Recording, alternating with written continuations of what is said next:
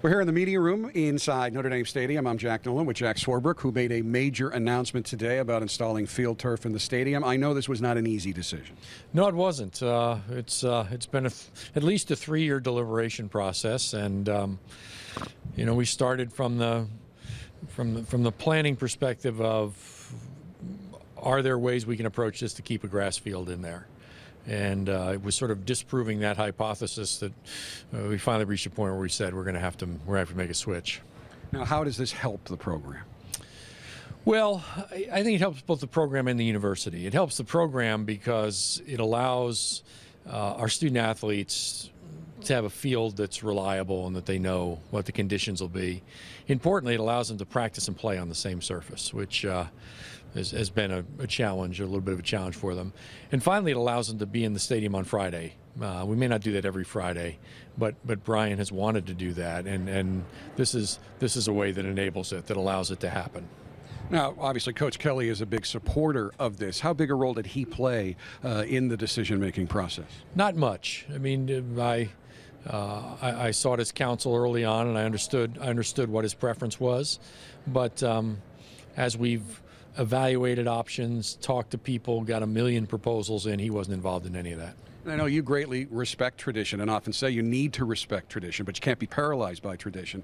There have been logos on this field at times in the past. Will there be logos on the new field? We've been so focused on whether to make a switch, we haven't focused on the design issues yet. I wouldn't expect to see anything that's significantly different from what people think of as our traditional field, although over time we've had a lot of different fields here.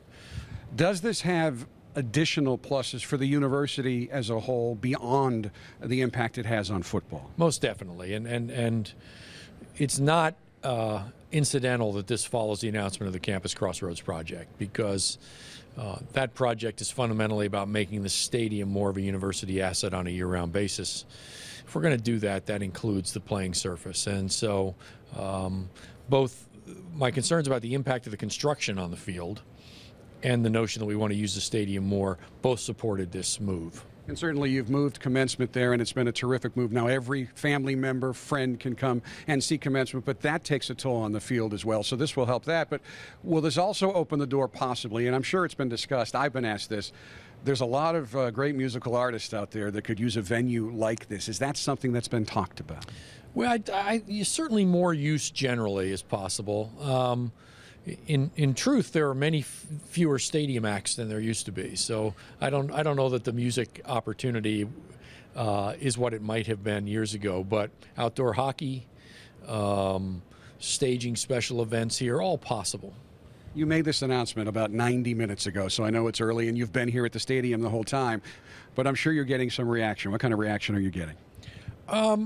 It's exactly what you'd expect it to be. It ranges from what's about time to, I wish you wouldn't do it. And we understand that.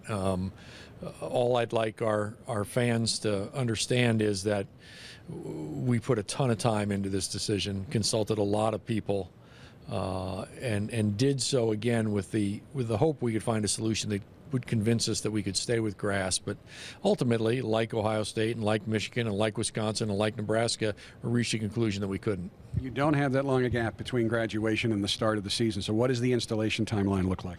We will start the day after commencement, and obviously we have an end date by which we have to be completed. The construction schedule contemplates being done on August 15th.